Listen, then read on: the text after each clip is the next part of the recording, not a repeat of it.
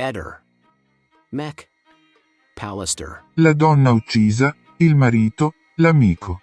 Un caso di scuola, ma, allo stesso tempo, una vicenda molto anomala, la scomparsa e poi la morte di Liliana, le ricerche partite un po' in ritardo. Il ritrovamento del corpo nel parco vicino a casa con la testa coperta da 2 sacchetti di nylon, l'autopsia che non dà certezze.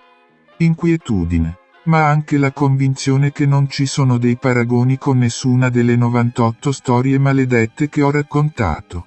Ogni vicenda è singola, ha le sue caratteristiche. Quella di Trieste ne ha davvero di particolari. Mi stupisce l'età dei protagonisti, tutti in avanti con gli anni. Nessun suicidio si organizza in maniera così farraginosa. Ogni elemento porta alla morte per omicidio.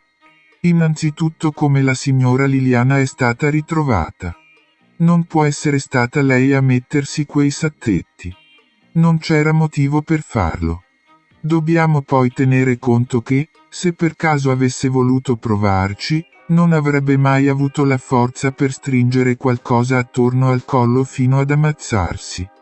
A un certo punto ti fermi, non ce la fai a proseguire. La scienza non lascia dubbi su questo. Chi si suicida fa cose più immediate, per effetto della disperazione. Per quello che abbiamo capito il caso Resinovic si è invece sviluppato con lentezza. Rimane un mistero. Di sicuro non c'erano motivi nella sua vita per spingerla a uccidersi. Un omicidio non premeditato viene eseguito con altre modalità, soprattutto più violente.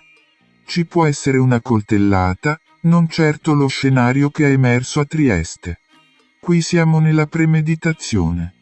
C'è quasi una ritualità in questa vicenda.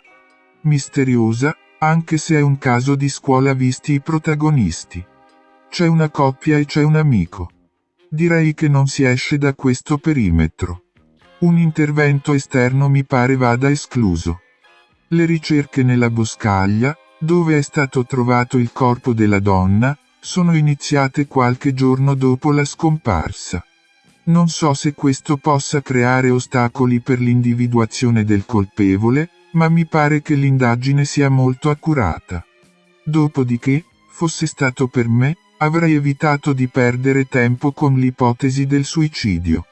Sul fatto che il marito, quando ancora non si conosceva il destino di Liliana, abbia frequentato più volte le trasmissioni televisive, può succedere.